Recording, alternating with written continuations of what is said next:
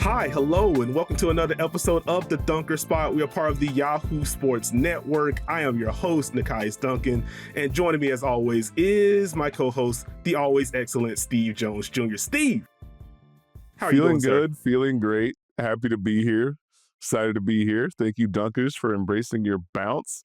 Ready to excel today, Nekias, and I guess it's time to hoop it up. It is indeed time to hoop it up, and we have plenty of hoops to get to. First, we start with the WNBA Finals tipping off later tonight. I am currently in an undisclosed location in Las Vegas, excited to cover the finals on site. We got game one of Aces Mercury tonight, but we got to break this thing down before we see the actual hoops play out. So, during the regular season matchups between these two teams, 4 games. The Aces won the season series 3-1. There were 2 matchups in June. This was before the Aces traded for Alyssa Smith and ultimately moved Jewel Lloyd to the bench. This was before DeWanna Bonner made her return to the Phoenix Mercury, but the Aces split those matchups. The lone Mercury win was a game without A'ja Wilson, who was out with injury. And then we got these 2 August matchups, Steve. The Aces won both, August 15th, August 21st, where we got a glimpse of what these rosters look like. We had DeWanna here, we had Alyssa here, we had lineup changes. We generally had the rotations that we've seen throughout this postseason run for both of these squads. So if you're taking anything from the regular season matchups, I would imagine it will be from those 2 games. But my base question heading into this one, Steve, is something similar that we kind of start these finals conversations with on the W and the NBA side. What can these teams learn from the prior series that they were in? What can they take from their previous matchups, and how will that help them prepare for the upcoming matchup? And so from the Aces perspective, coming off of that 5-game series against the Indiana Fever, a lot of high ball pressure from the Fever, a lot of off-ball physicality. The Phoenix Mercury were among the top teams in terms of their average pickup point defensively. They're going to ramp up things with Monica Cole-Makani at the point of attack, etc. A lot of off-ball physicality for them. And for the Phoenix Mercury, coming off of that Link series, just an element of strong spacing principles, ball movement, occasional switching and having to deal with that. Wondering how the Mercury take those lessons into this Aces matchup. And so to flip it to you, Steve, what have you seen from these 2 teams in these prior 2 rounds, and how do you think that's going to help them prepare for this finals matchup? I'll address the first question that you asked as far as what can they learn from those previous series to use in the finals. I think the biggest thing you have to remember is every series is different. So it's more about who you are and what you can do and what problem this series presents, as opposed to copy paste from the last series. Because it's not always about how good you are. Every playoff series is about solving a problem that the other team presents or presenting a problem to a different team. So there are elements that can help you to navigate things. So if you're the Mercury, you've seen Sammy Wickham get put in action. You know exactly how to kind of open things up with their different lineups. You know if there's someone who's roaming and helping, let's say like Alyssa Smith is roaming and helping. Okay, we put Kat Westbeld out there trying space, just like you did to Emma Meesseman. Like there are things that you can kind of toggle through, but each series is different. So I think there are going to be different elements that they're going to prepare for and really unleash. I think with, if you're the Mercury, you're coming off 2 series, a lot of talent, 2 teams based on a lot of ball movement, but it's a little bit different as far as having multiple guards for the Aces who can attack in different ways. And an Aces team that may be, in theory, more willing to switch against you than the Liberty and the Lynx, where in the majority of those lineups, at a certain point in time, you could put someone in action and invert a pick and roll, or you could attack a different matchup, or you can run a transition, get cross matches. The Aces may be more willing to hand you some of those. So that's where it gets a little bit different. If you're the Aces, the Fever presented a very unique challenge, I think. I don't know if the Mercury will defend in the same way, not effort-wise, but just it's going to look different. So it's more, I think, about them being decisive on both ends of the floor and trying to figure out how to navigate. Oh, I like that. I think just to quickly bounce off of the Aces switching point, something that I brought up and asked Becky Hammond about yesterday during finals media things. The Aces switched more against the Mercury than any team in the league this year. Over 32% of the pick and rolls that Phoenix ran were switched by the Aces. The Aces switched a good bit of the Alyssa Thomas pick and rolls, as you mentioned, the inverted pick and roll. So, I do wonder for the Mercury, because they did have success with Alyssa Thomas when she did see switches in the Aces regular season matchups. For the Mercury, how do you kind of balance the kind of mismatch hunting that they can get into and can have success with keeping an overall level of flow in the half court and being able to kind of move the Aces around? Because as the Aces have worked to find their defense pretty much all year long, and in fact, like part of them getting more comfortable, they've added a little bit more versatility. We've talked about Alyssa Smith. I had my questions heading in when she was first acquired. Boy, did you. Boy, did you. Go to the archives, folks. Go get that rant. I had some questions. I did know when she was acquired, like there were some quiet strides made in Dallas, but overall, she hasn't been a positive defender throughout her W career. She has made lots of strides during this Aces tenure. They have mixed in more late switches for her. There's been a level of scheme versatility for her, so she's gotten better. This Mercury team is still very smart, very talented, well coached with the way that they space, the way that they will run pre-action before getting into what they actually want to get into. So this is going to be a different challenge for her. And so are the Mercury able to find the right blend of let's run our stuff and put some players in uncomfortable positions versus we are kicking every possession off with an Alyssa Thomas featured handoff or pick and roll to get a switch and then let's hold it there. I think one thing with the Mercury, especially in the playoffs, right? We know they're going to go to inverted pick and roll. They've done it in both series. There's been an element where they spam it and then they stop and they get back to it. So it's a very kind of interesting dynamic. You mentioned the flow for the Mercury. Part of the Aces switching is to take that away when it comes to off-ball movement. So if you want to play and give it to Alyssa Thomas at the top and you go into screening actions, the Aces switch that. Okay, now we're bogging down. This is going to be the interesting part for the Mercury. I don't think it necessarily has to just be an inverted pick and roll, but can the Mercury in a series, as opposed to a regular season game, recognize some of the matchups quicker and make quicker decisions as far as looking to attack? So if you get Dana Evans and DeWanna Bonner, is that now a cut and a post up? If you go inverted pick and roll and the Aces give a switch with a smaller guard, is that now going to be a double? If you show that, do the Mercury now hit that again and know what you're doing and get you in rotation? That's, I think, the difference for the Aces and the Mercury as far as this being a playoff series. Once you show your hand, the Mercury are going to go ahead and hit you in a different way. And I think the key for the Aces, they have to stay decisive on defense. That's been their best case. Even when they're up and down, struggling, whether they're switching, drop, whenever they know what they're doing, they give themselves a chance. Once they kind of get into the in-between area, are we doubling? Are we going to drop? Is this what you want to give up? That's when you start to see breakdowns. And so that, for me, is going to be the key back and forth. Can the Mercury put the Aces in a scenario where they feel uncomfortable with some switches or some matchups? And I think off of that, Steve, when you were talking about things that kind of hunt off the ball, first thing that popped in my head was their stagger setup. Well, they'll start with Kalia Copper in the corner, or they'll start with DeWanna Bonner in the corner. They'll have Satu Sabli as that screener. You're thinking it's going to be either a regular stagger or they're going into Chicago action, which is just a pin down into the handoff. And they just have so many different ways that they read and play out of that.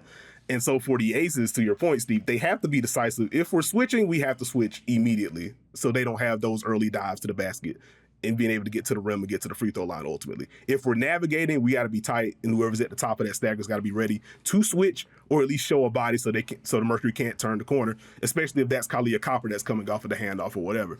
And so I'm excited to see how the Mercury play that, what kind of counters they try to get into. And again, it goes into the, are we flowing or are we hunting? Like, neither one is bad inherently, but what is the balance going to be? How effective it's going to be? Because going back through some of those regular season matchups, like the Mercury were able to force some favorable matchups. They were able to get some good stuff. They were able to ding the Aces in some ways.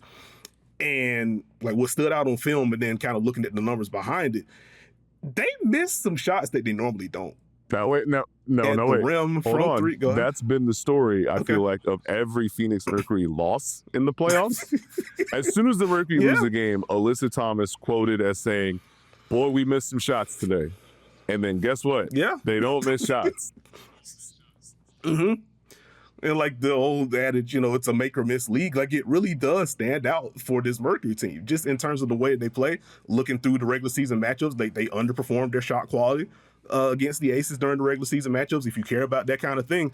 But I go back to, I want to say, the first August matchup between the two teams, to where in that first quarter, really that first half, we were watching that game live together, Steve. I was like, the Mercury are just thoroughly outplaying the Aces right now. they are just missing a lot of bunnies at the rim, and the Aces have been able to run off of that, flow off of that, get to the line, generate their own good looks. It's just like, man, if they make shots, as simple as that sounds, the Aces have a battle on their hands. So, like, one of the more basic thoughts that I have about this series is, what does this look like for the Aces defense, even if they defend well, if the Mercury just hit shots at a regular level? Because I think in terms of their overall shot profile, it's not going to hang here too long, but the Mercury take a lot of threes. They get a lot of good stuff at the rim. The Aces, because a lot of their offense revolves around A'ja Wilson, as it should, there are a lot of shots coming from the middle of the floor. There's not a ton of stuff at the rim. Their three-point rate has kind of fluctuated throughout the year. They generate high-quality threes when they get them, but in terms of the actual volume, it's not as high as you would like. So if this is a series in which the Mercury are able to get comfortable, they have that balance of flow, they have the balance of mismatch hunting, just from where they're taking their shots, they could be in a really good position. Is this math? Are you doing a math thing right now? Kind of. Like, I think it's at least worth acknowledging. Not to say like that's the end all be all. Like, I just got to make shots to win games, but you know what I mean. I think the one thing the Phoenix Mercury do, and it's an odd blend that they have as far as transition, which I think is going to be key. The Aces have to take away the Mercury in transition, but they get some of those. They get into a flow there.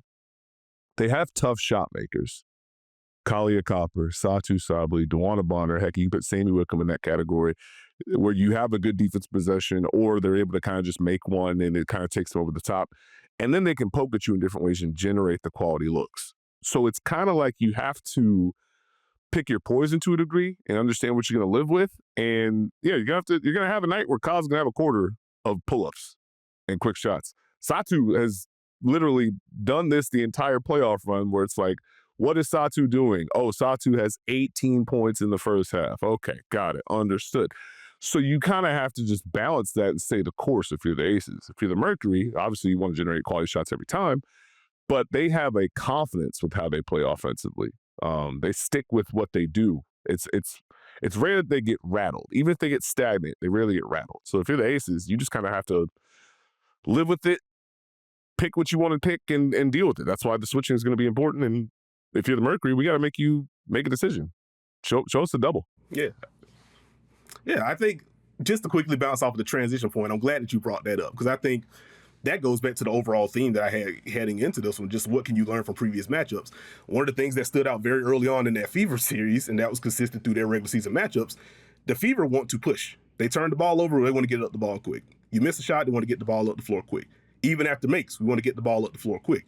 The Mercury are at their best offensively when they are getting stops or forcing turnovers. And now it is Alyssa Thomas spearheading the break, or like something that stood out to me in, I want to say it was the first August matchup when they went to Alyssa Thomas on Chelsea Gray. Because Alyssa Thomas is on the perimeter naturally, you get Satu with a rebound. Now it's a hit ahead to Alyssa Thomas that could seal somebody smaller earlier in the clock. And it's just like, oh, well, we have to hope that she misses, because she's going to generate a good shot because of how strong she is. And so for the Aces, they have to match up quickly in transition, whether that's after a made shot, a missed shot, a turnover, they have to. That was something that was a problem for them for most of the regular season. Even as they got better as the year went on and they ultimately won that win streak, the transition defense was always something that could get dinged if teams were diligent about it. And so this cannot be a series where two players are going to one, or someone's trying to pass off someone while the Mercury are just getting into some of their spacing looks they get into, because they will get dinged immediately. Or at the very least, they will give up quality looks. It is still up to the Mercury to make those shots, but you don't want them feeling comfortable in that regard. Steve, can you indulge me in a little bit of matchup talk? Define indulge. Because I have some thoughts and I have some questions about how these teams are going to match up against each other. Yeah, I can indulge. Are you prepared for my immediate rebuttal? What, that, everyone's going to guard a little bit of everyone. There's going to be switching. There's going to be cross-matching, so it don't really matter? Yeah, I'm ready for that. I'm prepared. I know the bit. So I think, okay. So, one, I think the most important A'ja versus AT is going to be the most important matchup, because they're the two best players on the team. They're two top three players in the league, etc. Aside from that, and I do have some questions about how each are going to be guarded, the most important matchup for me is going to be Satu Sabli and Chelsea Gray. I think for the Phoenix Mercury, and for Satu specifically, she is going to have to take that matchup off the table for the Aces to some degree. if she is able to drive and draw fouls against Chelsea Gray, or at the very least get into some of the shoulder nudges and create clean looks at the rim against Chelsea Gray, that dings some of the lineup versatility and some of the switching that the Aces can get into. Not that they're going to stop it completely, but you may see some more of the, okay, we'll give this switch or we'll have this matchup, but here comes some of these baseline double teams that we saw in the Fever series, for an example. I think Satu's going to have to be diligent about how aggressive she is. Mix in some of the pull-ups, but when she does have Chelsea Gray in particular, she's going to have to win that matchup more often than not. Because going back through the regular season film, Chelsea did a really good job of making her battle for positioning before getting the ball or starting some of these drives. And the shot process for Satou Sabally, a lot of fades, a lot of turnarounds. And I'm just like, you can make this shot. You have a size advantage over Chelsea, so it's probably a clean look for you. But you're not putting the kind of pressure on her and thus the Aces with these shot types when you have this matchup, because the Aces aren't sending doubles on those. They're trusting Chelsea to battle early. They're trusting the quick hands. I've tweeted this. I've said this on the pod. Statistically, Chelsea Gray was one of the best post defenders in the league this year and did so with volume. And so they obviously have a level of trust in her with that matchup. Satu's got to take that off the table. Swerve, it's less about the individual matchups, in my opinion. I think when you look at a playoff series, how many people can guard player X? How many people are you comfortable with guarding this player? So yeah, Satu's going to have to win some battles against Chelsea. I don't think you're going to get to a point where Satu scores every time on Chelsea Gray. So I think it's more important for the Aces to be able to feel comfortable with Jewel Lloyd. You can switch against most people. Dana Evans, when you're in, you can switch against most people. Jackie, you can switch against most people. If they're in that zone, they live and breathe a little bit differently. I think the same thing goes for the Mercury as well. How many people do you think can guard Asia? Is it 1.5? Is it 2? Okay. How many of those switches are you willing to give? What opens up in pick and roll with Asia Wilson?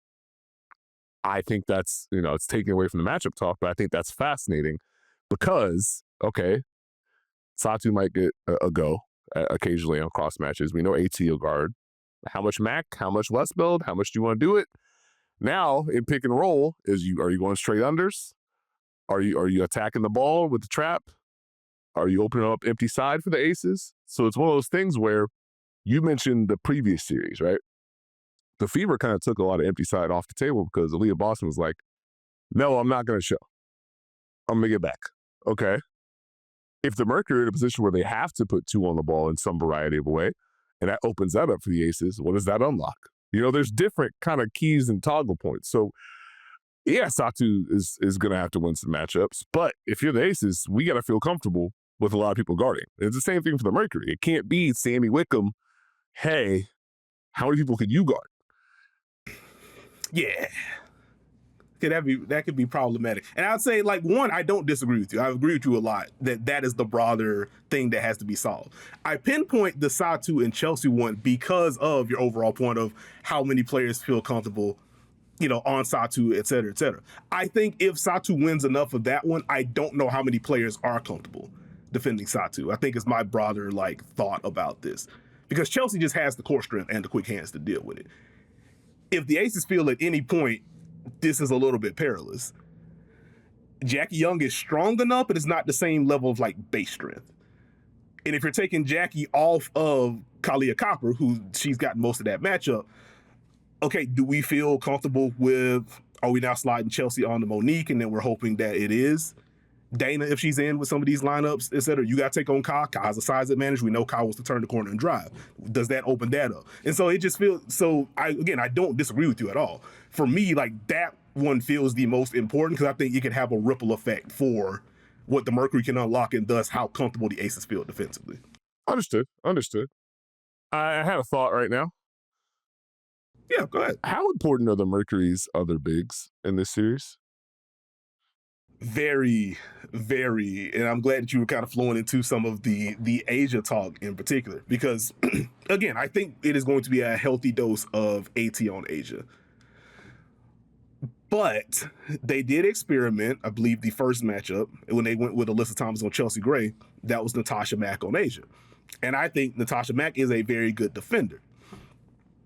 I kind of worry about some foul trouble stuff with Natasha Mack against Asia, especially with the way that Asia wants to attack. and the way that the Aces move her around. Like, I want, if they do go with Natasha Mack on Asia and they want to start with AT on Chelsea again in game one, for example, I am not going to be surprised if within the first 2 or 3 possessions for the Aces offensively, Asia's going to start in the corner. We are getting someone screening for Asia in the corner. We are going to make Natasha Mack navigate or switch, and then we can get into something. And now with Alyssa Thomas, who is one of the best defenders in the league, period, but is an incredible help defender, how much help does she want to show off of Chelsea Gray? Because one of the things that popped early in that first quarter, I want to say, of that August 15th matchup, it was Alyssa Thomas trying to help at the nail on some of these drives off of Chelsea, and it's clean catch and shoot looks for Chelsea Gray. Didn't make all of them, but it's just like, ooh, is this something that you want to open up because you don't want AT, not you don't want AT on Asia, it's more so we prioritize, let's take Chelsea out of this offensively. It's kind of the bit. And so Natasha Mack's going to be very important. When we do get into the Kat Westbeld minutes, her spacing, as you mentioned a little bit earlier, it's going to be very important in this one. She's also going to have to hold up if she has to spend some time on Asia. Or, heck, we talked about Melissa Smith a little bit earlier, and to bounce off your earlier point, Steve, about if the Aces are able to get 2 on the ball. If it is now 2 on the ball with Asia screening, we're not slipping passes into a cutting Melissa Smith from the dunker spot. Hey, Kat Westbell's going to have to be ready to take some bumps if she's the one that has to rotate down to deal with that. Yeah, these picks going to have to hold up on both ends for that matter. Well, the other thought that I had is a lot of what makes the Mercury work is a level of lineup versatility. And that is unlocked by having bigs who can do different things, whether it's Natasha Mack's defense and ability to roll, Westbeld's ability to space, obviously AT, then you go to the small lineup, the closing lineup, a lot of different things you can do. What if the Aces were able to take Natasha Mack off the table? Because where are you going to put Natasha Mack on the offensive end? If they say, Melissa Smith, you roam. Okay, you put her in action. That's a switch for Las Vegas. Space her at the dunker spot. Melissa Smith roams. She's done a good job weak side help. What does that open up or take away? You put Westbeld in there. Probably opens up the spacing, but now you have the opposing position of who is Westbeld guarding. Done a good job defensively, I will say, but that could be a pressure point. Now, do you have to overexpose Dawana at the 4, Satu at the 4, those type of lineups? And does that now mean that's kind of your thing?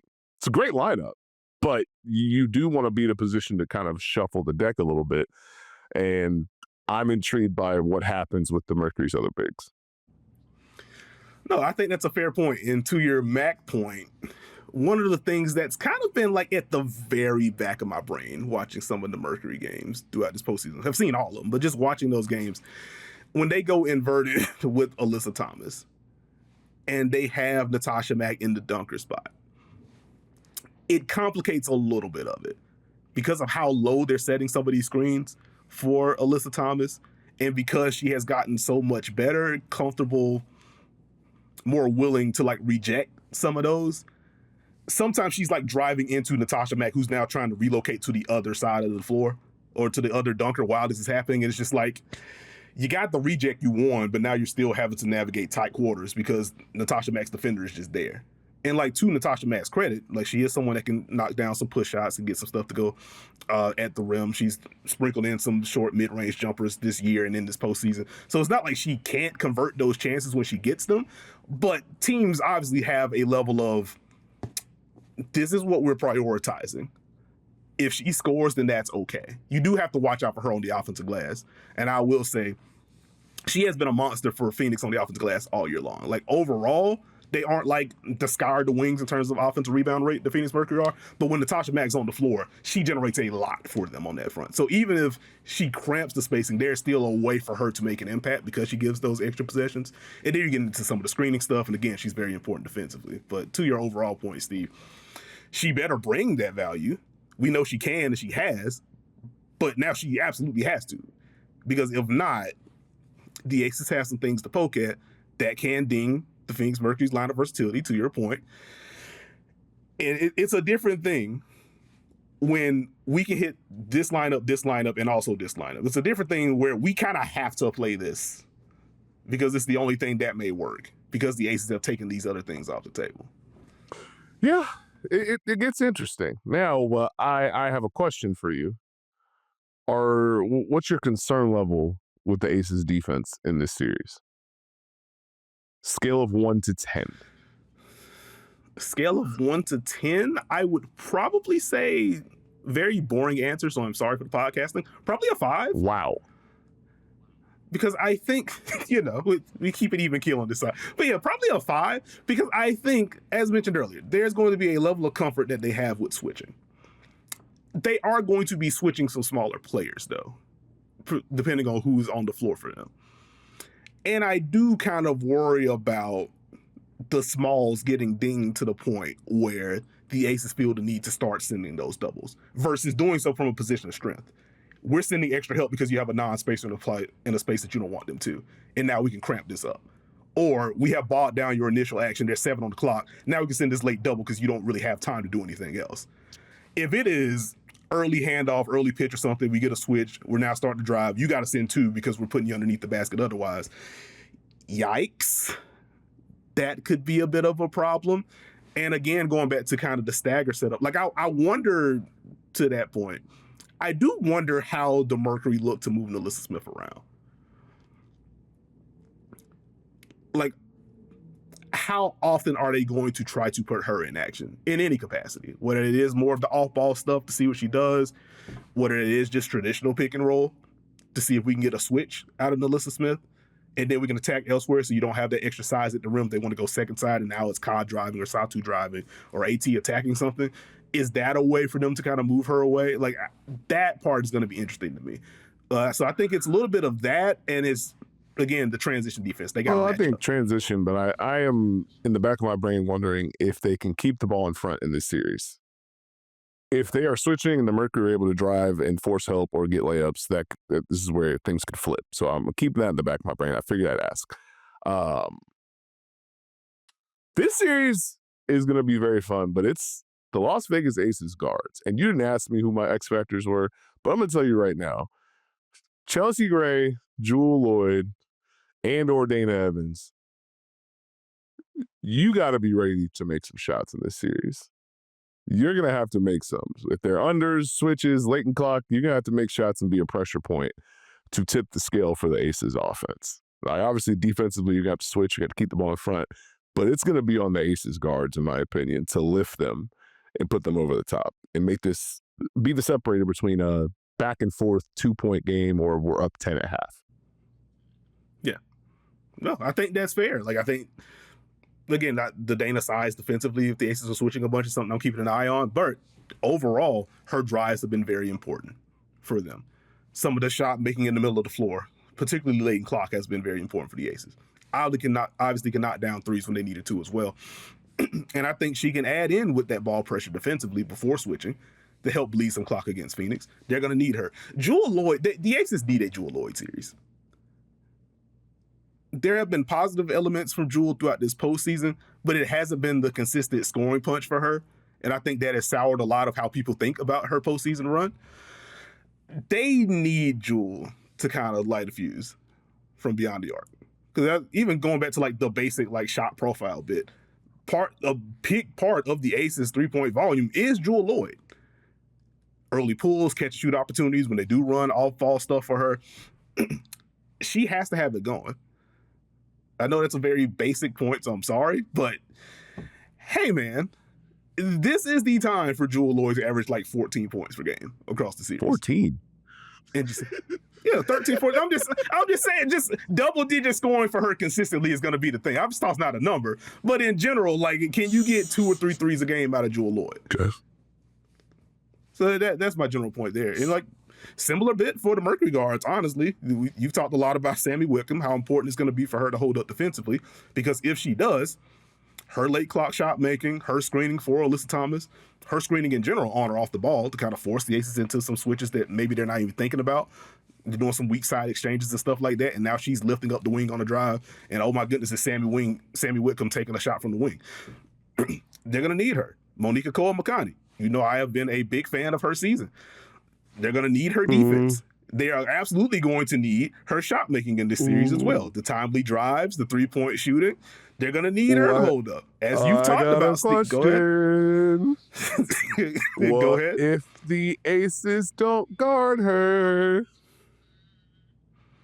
then she's going to have to knock down shots. And I think to bounce off of your Aces guard point, Steve, I think one of the reasons, a secondary reason to be clear, but I think a secondary reason to Alyssa Thomas on Chelsea Gray in that August 15th matchup, Chelsea against guards that she is bigger and or stronger than, she doesn't have to win cleanly on drives. She just has to mosey to her spots. She just has to be able to chuck the shoulder, flip the hips a couple times, and now I'm at the elbow. As good of a defender as Monika Cole-Makani is, Chelsea can get to her spots against her.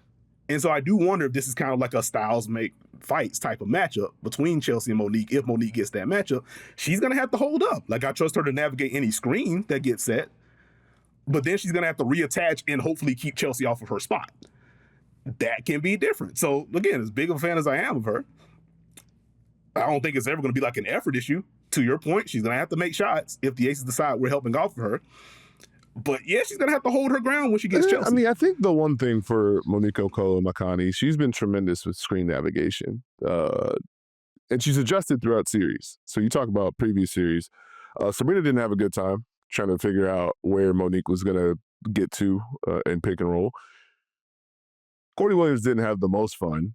Got her a few times, but as the series wore on, she started to figure out how to get back to her spot. They figured it out. I do wonder if Chelsea and Jackie are both decisive, what does that look like? And what does that open up for the Aces? Because now you're not going to want to switch everything if you're Phoenix, I don't think. So I'm intrigued by that. Oh, what was I going to say? I had a thought. Oh, well, while you... go ahead. I was going to say, while you had your thought, just quickly on the Jackie front, because I wanted to get to this earlier, as you mentioned, the Mercury potentially sprinkling 2 on the ball against the Aces. This has to be, to bounce off what you just said, this has to be a decisive series for Jackie Young. This cannot be an early dribble pickup series for Jackie Young. If she's flowing in the pull-ups, she's got to flow in the pull-ups. If she's attacking the basket, she can't care too much about like weak nail help. If they're already there and planted, obviously you don't want to drive them to a body. But if they're arriving late, you're going to have to power through some of those and get deeper into the paint. She is obviously good enough to do so. We have seen it in this postseason. We have seen it during this regular season. So it's not a question of ability. It's more so, I think Jackie, something that she's been trying to work through the last 2 or 3 years and has grown tremendously in, is trying to figure out, okay, when is it okay for me to force the issue versus I don't want to turn the ball over. I don't want to take a bad shot. And I think her early ejecting out of some of these drives that we've seen from her in an effort to keep things going, I don't want to turn the ball over, et cetera, it ends up halting the offense sometimes. Like, that was one of the things that stood out in the first month of the season, where scoring was up, assists were down. Part of that, as the Aces overall were just trying to find themselves, was Jackie was picking up her dribble a little bit too early. Understood why, understood the logic, but it's just like, you are so good. You are so strong. You don't have to. And so I think for Jackie, she has to establish herself early, like as a paint/rim presence in this series. Because I think that will help facilitate the Mercury deciding, okay, we may have to put 2 on the ball. I don't think Alyssa Thomas is at the level this time. I think she's not trying to jump Jackie so she can't turn the corner. And then that thus opens up kind of those 4-on-3s for the Aces. What if the Mercury decide to have an ace up their sleeve? Wow, that's a good pun. Pat me on the back. Dap me up. What if they get to, you know what, Alyssa Thomas, you show drop, make it a late switch. Let's confuse the Aces guards. If Asia gets a matchup, we're just going to double. Deal with it. It's shot-making time for the Aces. I mean, they have been, the best or second best three-point shooting team in the league since, they went on the 16-game win streak to close out the regular season. That's August 3rd from then on. They've shot well from deep, and this is something that Becky Hammond talked about throughout the regular season, especially before the streak started. It's just like, hey, we're getting good shots. We're not shooting as well as we're accustomed to. Once that happens, the floodgates open. I think there's logic behind the Mercury deciding this is your box. You got to hit shots. The Aces are capable of doing that. They would just have to do that in that sense. Understood. I am very intrigued by A'ja Wilson staring at the finish line of this season and what that looks like. Because the Fever series wasn't the most fun, and Alyssa Thomas is not the most fun, but A'ja Wilson maintains a level of aggression and can and will score in many different ways. And when she has it going, very tough to deal with. So we got potential 4, 5, 6, 7 games of No Alyssa shot. Thomas and A'ja Wilson hitting each other, and I can't wait to see it. You like that? You like that? That was who's to say? But no, I would just say on that front, Steve, one of the two thoughts that I can't shake about this series overall, this one pertaining to the A'ja Alyssa Thomas matchup. While acknowledging that Alyssa Thomas is a better player than Aaliyah Boston, she is a better defender than Aaliyah Boston. This feels like a more comfortable matchup for A'ja Wilson. My. What? And I say that mostly because of like the size, like girth difference between AT and Aaliyah Boston. I think, and we've seen throughout not just this regular season matchup, but even going back to like the previous Sun Aces Finals back in 2022, like Alyssa Thomas generally hasn't had the most fun against A'ja. A'ja is able to get to her spots and raise over the top of Alyssa Thomas in a way that A'ja wasn't able to move Aaliyah consistently in that last series. Was still able to get her buckets. She had big games through this series, but ultimately she wasn't able to move Aaliyah. I think A'ja can move AT a little bit easier. And then just looking at, again, the height difference and even the wingspan difference, the contests aren't the same. A lot of the Alyssa, when Alyssa is able to bother A'ja, it is a lot of the early work. If we're going pick and roll, I can close off space more than you're accustomed to. I can bother your first dribble when you're trying to attack. But when it gets into the actual shot, I think A'ja is less affected by AT than she was against Aaliyah. And I wonder how much of that is going to dictate, one, how good A'ja is in this series. Very Dove statement here. The Aces need A'ja Wilson to be very good to win. But really? Two, yeah, I think that might be a, who's to say, Steve? Who's to say? But like related to that, how much does that influence the help decisions from Phoenix? Do they feel like at any point, if A'ja does get comfortable against AT, are we sending help towards AT? Because if you got to do that, potential floodgates open. I know the Mercury don't want to do that. From a competitive nature, AT certainly isn't going to want that. And again, I'm saying this as someone that believes AT should have won Depot in 2023. She is an elite defender. It is more so, again, a styles make fight type beat. And I think A'ja can comfortably get to some shots that she wasn't able to do so consistently in the last round. I'm ready to see game one for a lot of that, just to see am I tripping on that front. Understood.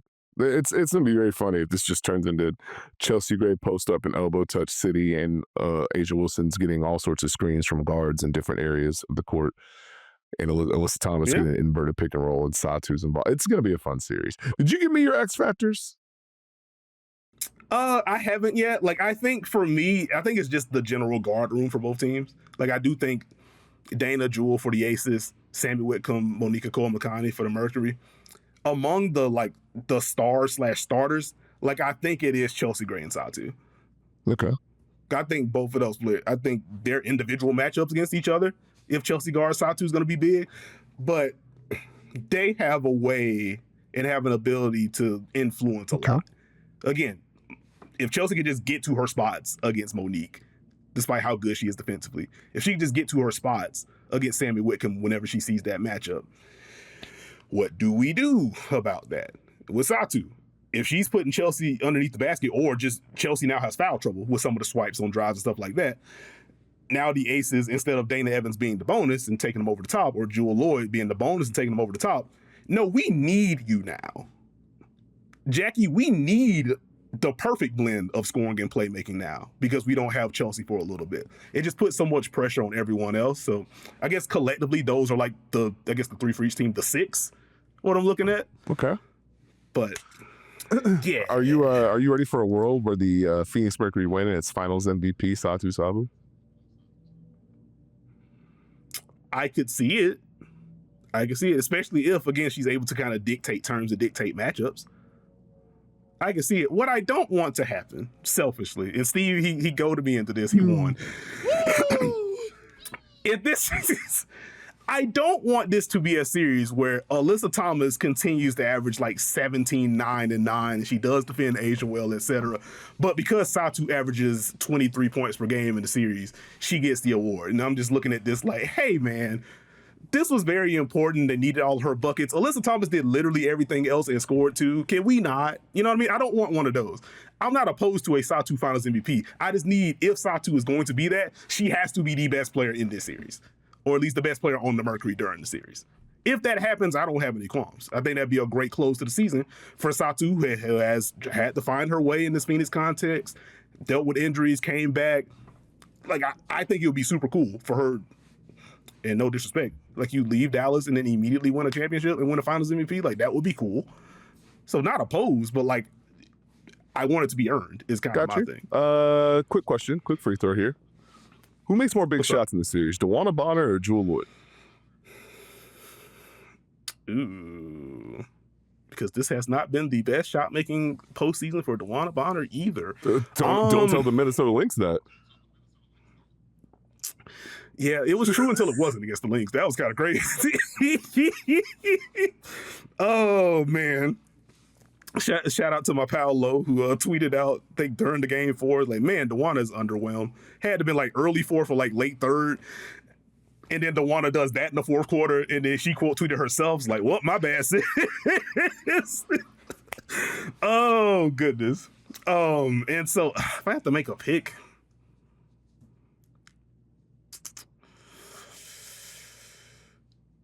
you know what?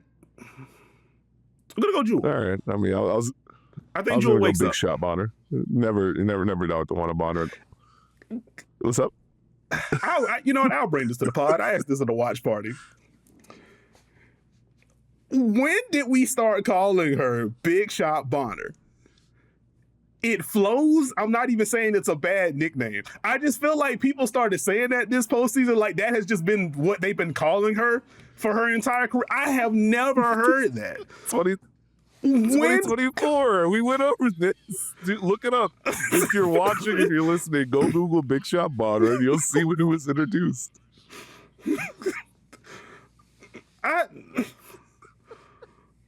Yeah. Okay. We got to put a trademark on that one, I guess. I just did that threw me for a loop when I heard it. But anyway. Ooh, you know, and this brings me to my second thought that I haven't been able to shake, Steve. I have seen like the ESPN predictions. I've seen some other predictions from people I respect. They all have this going 7. This feels like a team figures it out and this series ends in 5. Who you got? I feel like this is going to be a 5-game series.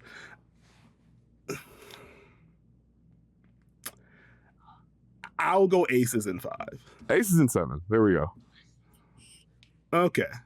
And we have now given Kalia Copper more bulletin board material, as she referenced in her finals media day availability. And with that, there's your finals preview. We will be back to talk some NBA preseason takeaways. All right, Steve, let's shift to the NBA side. We have had some preseason action. The Sixers and the Knicks. We've seen the Pelicans very early this morning, on Friday morning. Got to check them out. We have some preseason basketball over the weekend. We'll get into some things we want to see on that front. But first, I have to start with saluting my guy, Steve Jones Jr. Written words on Yahoo Sports, giving you essentially a guide to how to watch preseason basketball. And honestly, it's a general thing, just how to watch basketball and the questions to ask yourself so you could be a better basketball watcher, learner, etc. So check that out on the site. And it's also timely, as this was preseason themed. We now have the Sixers and the Knicks. We'll start there, Steve. What were some of your broader takeaways in that one? What stood out to thank you. Number 2, wait, that's my first plug on here. That's weird. I would say for the Knicks, I wanted to just see what it looked like. Obviously, Coach Mike Brown talked a lot about pace and tempo and getting the ball at the floor and getting movement. And I want to see what that would unlock for New York and how they would approach it. And so you did see a lot more, quicker decision making. You saw Cat in movement. You saw Jalen Brunson off ball. You saw Mikal Bridges initiating a whole lot in that offense. You saw what felt like a million cuts from the left wing to the opposite corner. So it's going to be a work in progress. It was interesting to hear Coach Mike Brown after the game talk about, hey, our guys bought in, but I think they understand how we have to play faster. So there's still a lot on the table. But I think that's kind of the beauty of the preseason, especially with these shorter training camps, is these teams are literally workshopping a lot of the concepts that they're putting in on the fly, and they're having to do it with different combinations, different lineups. So I'm intrigued, but I think if you have more bridges on ball, more initiation, more handoffs, it's just more open opportunity, and they are making quicker decisions to flow into the next action. So that was probably the first thing that stood out to me for the Knicks side. Okay. I think bouncing off of that, like, the tempo certainly stood out. The general spacing and what they were trying to get to stood out. From a lineup perspective, Steve, no OG Anunoby in this one, dealing with a hand injury. List him as day-to-day, so hopefully it's not anything super serious on that front. Pacom Dadier got the start there. But they went with Mitchell Robinson and Cat up front, Steve. Josh Hart off the bench. And I was like, okay. We got to see a lot of Mitch and Cat in the postseason. Mitchell Robinson remains an absolute monster on the offensive glass, really good screener. Defensively, I was intrigued. I was like, okay, we're probably going to see Mitch at the level again, and we did see that. Also saw some switches from Mitchell Robinson in this one. I was like, okay, a level of scheme versatility. This is neat. Let's see how much they want to build on that. And so just him getting the first crack kind of stood out to me. It's like, okay, is this just let's get a look? It's the first preseason game, or is this actually how they want to start once we actually hit the regular season? So naturally, we'll get a larger sample of Knicks preseason games to get an idea. But I was like, okay, Mitchell Robinson's in. I need the free throws to come in some capacity. I feel so bad for him, man, because he very clearly puts the work in. Like, there are plenty of, as much as you want to care about workout videos and stuff, like, he's taught to people, like, it's not a lack of effort for Mitchell Robinson, which is why I really feel for him. But man, it's just like watching him on the offensive glass, gets hacked. We got an early hacker Mitch in the game. And I'm just like, ooh, let's see what it looks like. Misses the first one. And I was like, darn, here we go. Yeah, the switching stood out to me with Mitchell Robinson and Cat when they were both in the lineup together. I think it's going to be interesting to see how Mitchell Robinson handles the amount of handoffs he may have to do and the amount of high pick and roll that he may have to do, because he's not necessarily a quick roller. So it's going to be intriguing how that evolves. I thought it was interesting because if you looked at the kind of the quote unquote rotation, I was like, oh, Josh Hart is being tethered to the second unit so they can play defense. And sure enough, you saw a 3-guard lineup. I believe it was like Deuce McBride, Jalen Brunson, and Jordan Clarkson, featuring Josh Hart and Mitchell Robinson, so we can play some defense. So it'll be interesting. They're going to balance things out. I do like the fact that, and I'm intrigued by, Deuce McBride looked pretty free for the Knicks. Shot and out I was of a like, cannon. Yes. did he just be like, yeah, Malik Monk, I can do that. Don't worry. Yeah, that's me. Mm-hmm. That brother played like he was offended that they signed Jordan Clarkson. Like, did you not see what I did? When I got minutes and touches, I can pull up, I can drive, I can get to some jerseys on defense. What you mean? But no, in all seriousness, he did play well. Didn't mean to cut you off there, but I really did enjoy Deuce McBride minutes as well. Can I say one?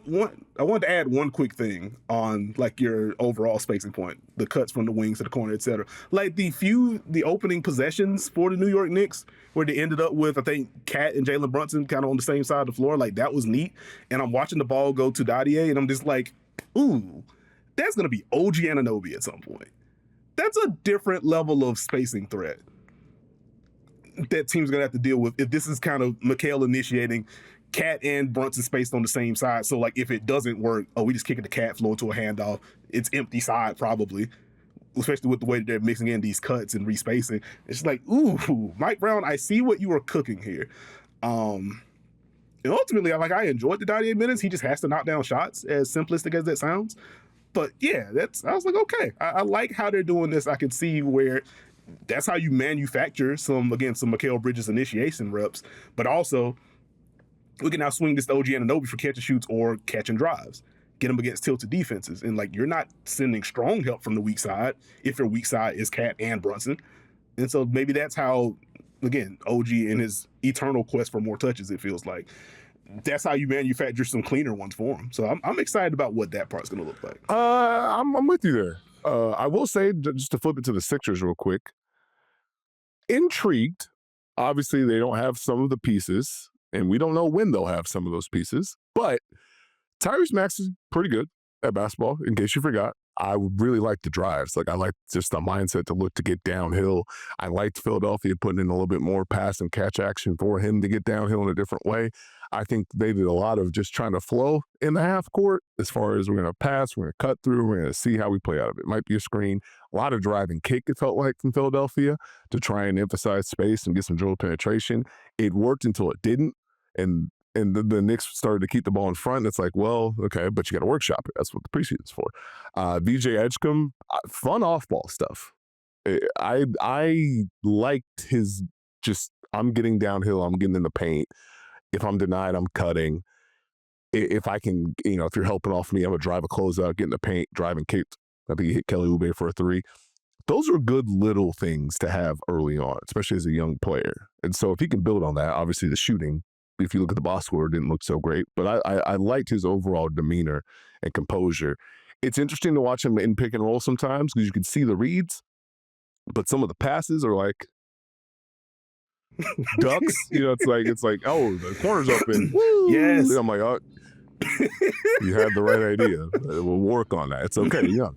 And then he also has some of the, I think it was like Brandon Miller or Jalen Green, some that I described where it's like, I'm going to get downhill and get in the paint. I'm not exactly sure if I have a plan now that I'm here, but I'm in the paint. So it's like, okay, you good paint touch. Oh, there's no kick. And are you going to finish that? Okay, all right. But time will tell. Yeah, I think I enjoy much of the Edgecombe game offensively for a lot of the reasons that you stated. Like, I feel like overall he just reads the floor well. And I wonder how much of the what am I doing now at the paint is just the natural progression from summer league to now. It's still preseason, but now you're facing NBA players all over the place. And so one of the things that we talked about on the pod during the preseason, I'm just like, I like these drives. I like the patience in pick and roll. He's making a lot of these late reads. He's putting his shoulder into the chest of defenders and he's getting to the line. Like he just has like a comfort and a feel to him inside the arc. And I think he tried to get to a lot of that in that first preseason game. It's like, oh, you're still here. Okay. And to the passing point, I'm so glad you brought that up because I had like a pass placement bit and a pass velocity bit for him. So I'm glad you hit on that. It's very much like if you have 2K26, like they introduced a setting, it's kind of like an auto lob feature because people were fed up with throwing the ball into opponents like chest when they didn't want to. And so it feels like some of that where you make the pass, but the auto lob is on. So like the pass is just, we're making sure that it's not going into anybody. It's like, yeah, but by the time this dude catches it, it's not open anymore. What is this? So that part was fun for me. As far as like general Sixers thoughts from me, it's nice. I mean, it stinks that like no Paul George, no Joel Embiid, and as Steve mentioned, we don't know when they're coming back. But this does kind of give you a window of if the staggering is going to be we're resting Embiid and Paul George at the same time, Max, you get a unit. It's cool to just get like an extended run of that. And buddy, Maxey, Edgecombe, Bona on the floor together. Sign me up. Sign me up. That's a lot of juice. That's a lot of athleticism. They play fast. They turn defense into offense very quickly. I'm here for all of that. Also, the Bona screens, him being as a lob threat. Tyrese Maxey, what was it, like the 7:30 mark or something like that in the first? Or Maxey's able to attack. He like drifts to the right to kind of freeze the defender, and then he tosses the lob to Devon. I was like, you know what? That's the stuff that we want Maxey to continue building off of that we saw flashes of last year as the Sixers just lost body after body after body after body. Just like, well, no, here's some growth from Tyrese Maxey, seeing to on the ball a little bit more, making better decisions as he gets downhill. It's cool to see that extend, but like, yeah, they fly around, man, and it is refreshing to see a Sixers team play that fast. As you mentioned, some questions in the half court, especially when the Knicks locked in, and I think that's where you're going to want a Joel Embiid that can just draw a bunch of attention, a Paul George that can still draw a level of attention, etc. But I was impressed by a lot, as you mentioned, Steve, a lot of drives of Maxey, some of the subtle manipulation that we saw from him, Edgecombe figuring it out in the paint, but generally read the floor well. Bona was just all over the place. So I was very much a fan of that. Also, quickly on the Sixers front, you like the full court pressure look from them. Seems like they're extending their pickup points a little bit. It feels like an emphasis for like 28 teams this year, apparently. Thanks, Pacers. But it's fine. But here's the thing. Everyone's going to try it, and we're going to see who's truly about that life. We're going to see who really wants to do full court pressure or three-quarter court pressure. Or we're going to have the very funny bit, the hilarious, hysterical bit where the answer to all this pace and tempo with all these teams that now want to get up across half court by 21 seconds is everyone doing full court pressure and everyone starting at 16 seconds. We are going to live in a funny world either way, buddy. And we're going to be a month into the regular season saying, wow, offensive rating is down a month, plus hashtag points of emphasis. By golly, what's wrong with our sport? And it's just going to be a whole loop, and it's going to be awesome. The counter once again remains, just give it to the guy who's being guarded by the person you don't want, that doesn't want to pressure. Not everyone wants to do the full court pressure thing. Yeah, that's true. That is pretty true. Toss it to the big. That's all you gotta do. But no, shout out to the real full court pressure warriors, the Pacers, the Nets, the Blazers. You know, they really gonna do it. You know what I mean? So I want to give them a shout out real quick. But hey, that was what, second highest average pickup point in the league last year, brother. Put some respect on Jalen Wilson and Zaire Williams and Dennis Schroeder when he was still there. And come on, they gonna continue to ramp it up. Respect Jordy. You know what I mean? They gonna do it. They gonna continue to pressure the floor. It's a new year, buddy. All right. Well, we got Nets preseason basketball on Saturday. We gonna see. I'm prepared to take a nail if I have to, but I think they're gonna continue to ramp up the full court pressure. But like those were the major things for me on the Philly side. I'm trying to think, was there anything that I missed? Like Kelly Oubre forcing like a backcourt turnover was fun, and seeing him get out for that was neat. I think I guess I'll leave it here. We can transition to the next game. I remain intrigued by Justin Edwards. Showed some fun stuff last year in Philly. Like a lot of the praise rightfully went to Quentin Grimes for what he did when everybody went down, but I think he's good. We'll leave it there. Steve does not like when I talk about the end of rotation Sixers players. Shout out Jared Butler. That's not true. Right. Put that on me. I'm messing with you. I just want to slide it in for the bit. All right, we did get some Pelicans preseason basketball against Melbourne United, and I will do what all of the NBA community will inevitably do with the Pelicans. Zion looks good. He seems to be in shape. Ooh, buddy. He's fast. He's quick. He sure is. He's post-ups are interesting, but he's getting downhill. They're gonna go empty side pick and roll, turn the corner real quick, real easy, take space. All of that's there. I will say, normally we're supposed to like heap the praise on Zion. I am interested by the defense because he is in better shape, which means he is more active, but he still has a grizzly bear quality with his defense. And so it's like he got a couple of those on drives. It's like, all right, I got it. But then there's like some switches where it's like he's active, but now he gets himself out of position on the switch right away. And I'm like, that's good, but it's different. But continue. Tell us about the great word design. Oh, no. I was just impressed by what Zion looked like offensively. You mentioned the post-ups. Like, some of the spacing that the Pelicans were trying to get into, and like some of the late cutting and late diving and respacing around some of the Zion post-ups. So it's like, I like what you're trying to do. I wonder how effective it's going to be once we get into the regular season and teams kind of scout it and things. But like, that felt a little different. Versus let's clear aside, let's let Zion go to work. We may have a pin in, we may have like an exchange. But like if they felt very intentional about like some of the late cuts. If you feel like you're about to double, the guy that's supposed to be rotating, we have somebody flying in now. What are you prepared to do about it? How are you reorienting as a defense? So like a lot of that stuff was fun. Similar to my, Mitchell Robinson got the first crack. Kevon Looney got the first crack at starting center alongside Zion. We did not see Yves Missy in the starting lineup. I was intrigued. And I was going to say, very funny that Kevon Looney not only started, but the Pelicans immediately just went into post splits. They threw it to Zion, and Kevon Looney threw it in, and I was like, oh, I've seen this before. Little different than Golden State, but still, I was like, that's neat. And then they threw it to Kevon Looney, and they did a guard split, and I was like, that's funny. So, are you ready for everyone to be mad when Kevon Looney just starts? Because he looked good, moving. Yeah. I thought he was solid. Like, I think for me, honestly, aside from like the Zion of it all and what they want to do around him, my biggest takeaway from this game was, this Pelicans defense. Oh my. because it's gonna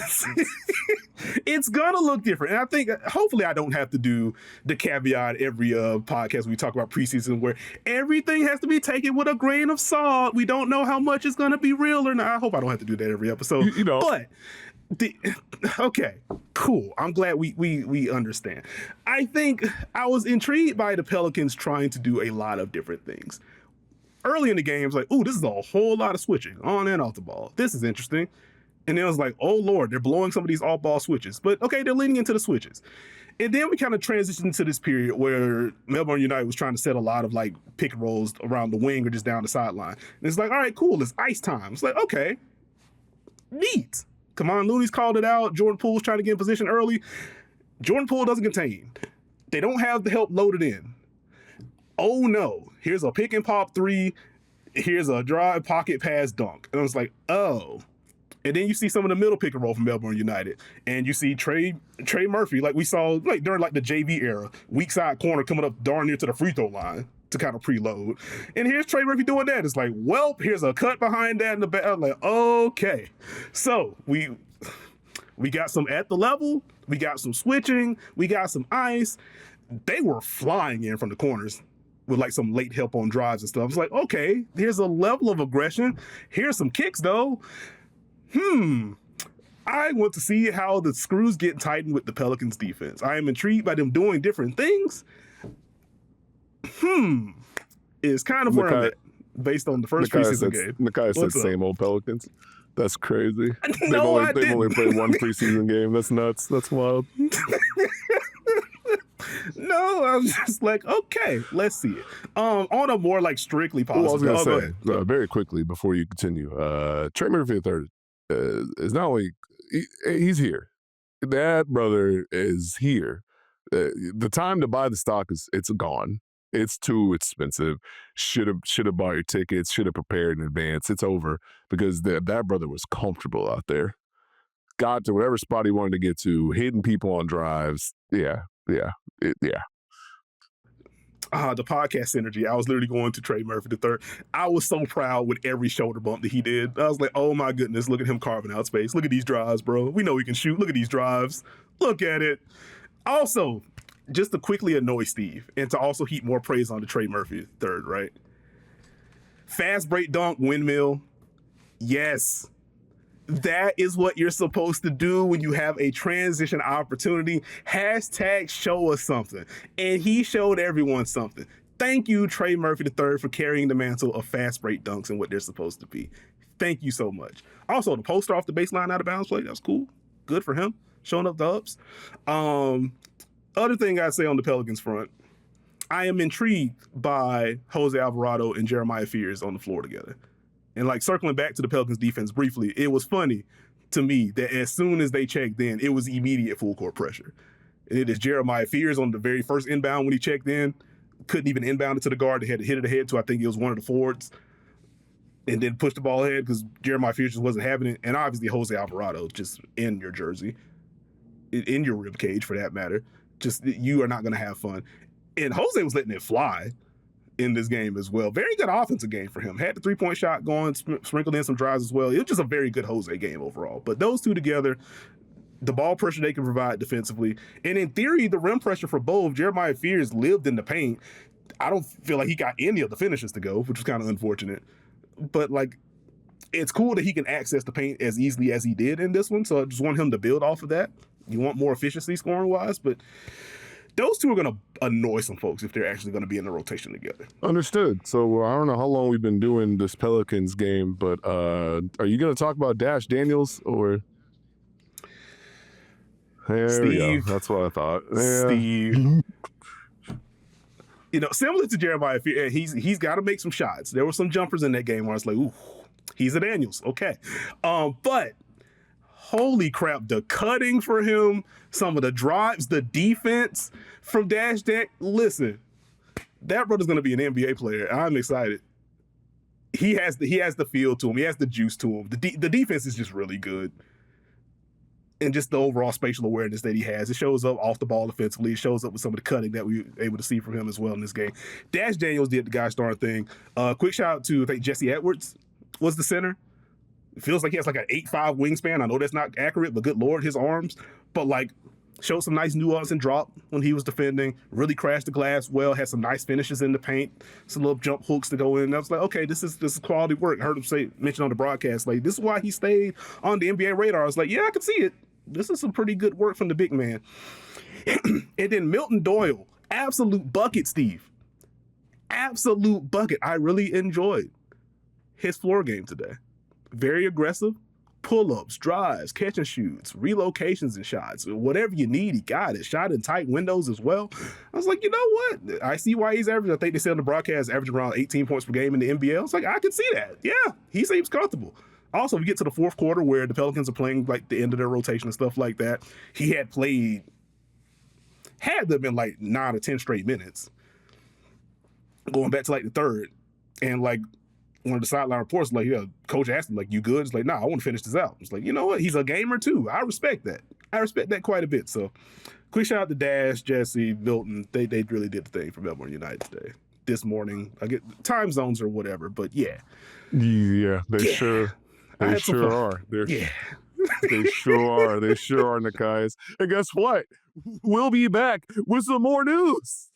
All right, Steve, let's close with some news. And buddy, we finally have an end to the Jonathan Kuminga situation for the next 5 months, maybe.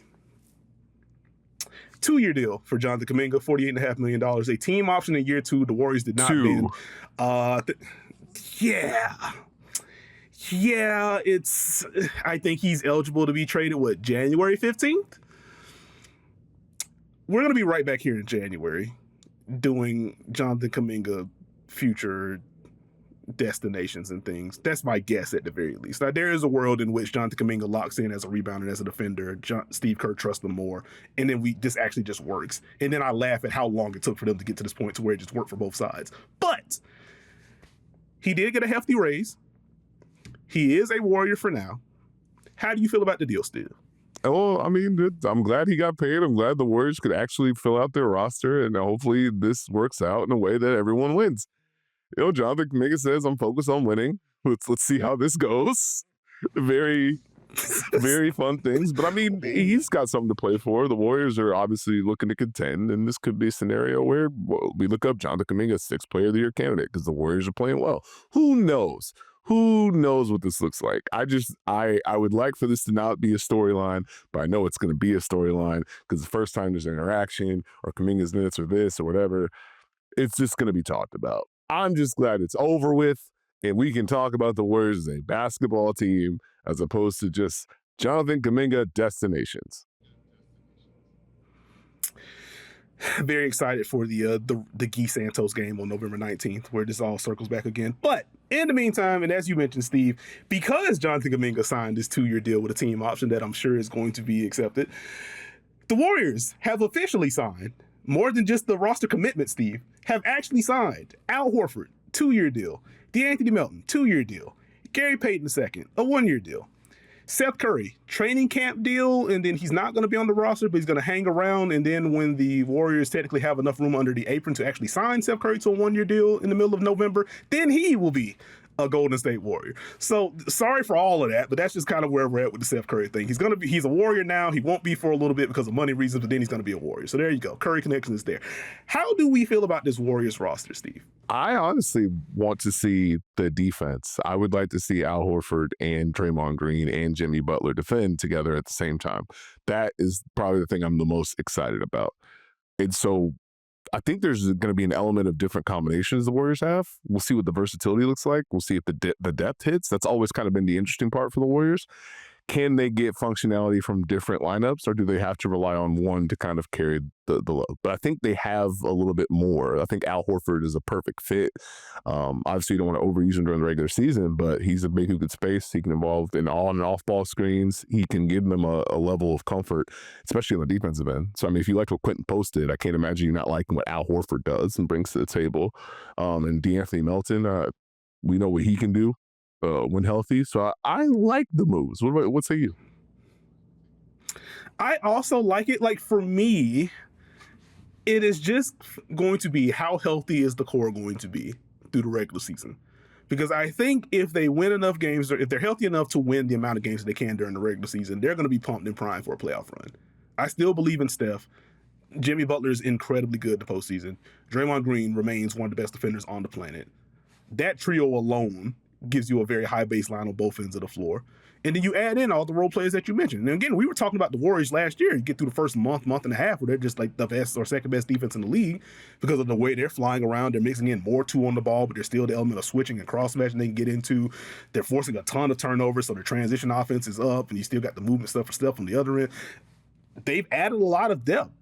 And I think, to the Jonathan Kuminga point for that matter, I think always being tethered to at least one big that could be spaced above the break and play make should open up some drives, should open up some cuts, should open up some duck ends for that matter for Jonathan Kuminga. And so I'm excited for him on that front as well. Al Horford, a lot of, some maintenance for Boston during the regular season, making sure that he was right for the postseason. It wasn't the same Al Horford, but he is still a good basketball player, still can shoot, still can play make, still can screen. I'm curious to see, honestly, my biggest Al Horford question besides health stuff is going to be what they ask him to do defensively. What is the switch volume going to be for him at this stage? I think he can still do it in a pinch, but certainly not to the same volume of 2 years ago in Boston, for example. So what is going to be the blend of switching for him? How often do they want him at the level versus a drop that can maybe turn into a late switch, that kind of thing. So just kind of peeping the scheme versatility diet for Al Horford, but he's going to help. I want DeAnthony Melton to stay healthy so he can pressure ball handlers and shoot threes. Gary Payton II is going to screen. What comes with Gary Payton II. Insane defender, insane help defender. He's going to screen for Steph on and off the ball. He's going to get some short roll stuff. He's going to lurk around the dunker spot. It's going to be a lot of fun. So if they stay healthy, I like it. If they don't, you know what I mean? Because this is still a smaller group overall, even sans Horford. But I still like a lot of what they have. I think very hectic offseason, but the roster moves themselves have been solid. Okay. I understand it. Are you ready to talk about the Miami Heat? We can. We can indeed talk about the Miami Heat. They have agreed to a 4-year, $62.4 million deal with Nikola Jovic. And I'm intrigued, Steve. I'm intrigued. One, I'm glad they locked him in because I do just think he is a good, intriguing young player. And when you have a 7-footer that can shoot the way that Jovic can, that can play mate the way Jovic can, the defense is kind of like a mixed bag by default. It's one of those that he has really good instincts defensively, knows when and where to rotate. He reads the floor well, but then it's just okay, is he quick enough to really defend fours or switch on the guards? Sometimes, most times not.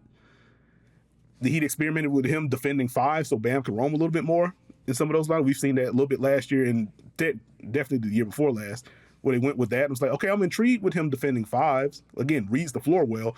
But then there's a Pelicans game where he's matched up against JV, and it's just oh, well, this is what it looks like when he's defending some of the beefier 5s. When we get a Heat-Sixers matchup, assuming they're relatively healthy, I don't know if you want to go with Jovic defending Embiid so Bam can come with some doubles. I don't think they want to do that. So I'm curious to see what that part looks like. He does look stronger if you want to take anything out of media day pictures and some of the training camp stuff that's come out.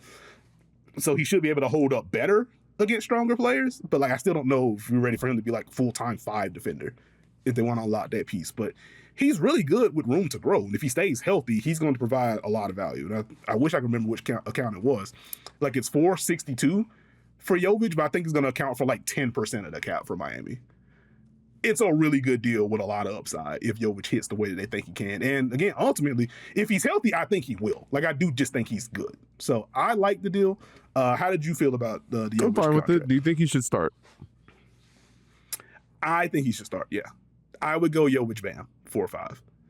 Obviously, you can talk about the matchups however you want to, but I think that's how it would start. Bring Khalil Ware off the bench. Let him destroy worlds. If he plays well enough, he closes. If not, then you go with Jovic and Bam again. That's where I'm at. Also, quickly on the Sixers front, as we talked a lot of Sixers preseason, one player that did not play because he was not there was Quentin Grimes, who accepted the qualifying offer.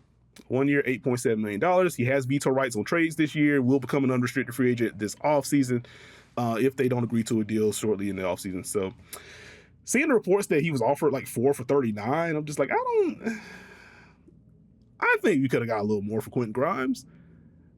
They reportedly countered with, they give us the 1 year balloon deal with for 17 mil or 2 for 34 with a player option. The Sixers like, nah, like 4 for 50. There was no middle ground for them to find something like that. Felt kind of 2 for 28. I just didn't get that. I didn't get that. I didn't get that. I'm generally pro player anyway, but like in this case, come on. Quentin Grimes should not be accepting a qualifying offer. Like there's just a baseline level of 3-and-D, and as we saw last year, and even in stints earlier in his career, can put the ball on the floor and attack closeouts. And we saw the self-creation during that Sixers stint. Do I think he's just purely a 20-point per game scorer? Like I don't think that's the context you want him to operate in. But he clearly has some on-ball juice in addition to the shooting and the cutting and the defense. That should be 13, 14 mil a year at minimum. What do you mean you can't get the 10? You saying they did? You said they did them grimy? Yes, they did. Yes, they did. Hopefully we didn't do you grimy with this episode of the Dunker Spot. Thank you for listening. If you haven't already, please subscribe to us. We are on Apple, Spotify, RIP Google, Stitcher, Podbean, wherever you get your podcasts, you can find us. Subscribe to the Yahoo Sports YouTube page. We're going to be there twice a week, every Tuesday, every Friday. So lock in with us. We'll be back next week with more W Finals reaction, NBA preseason things, whatever news hits the pipeline. So continue to rock with us. Come join the Dunker Spot watch parties. The link is in the description if you want to join, talk some hoops and everything else with us. But with that, we will catch y'all later. Have a great day.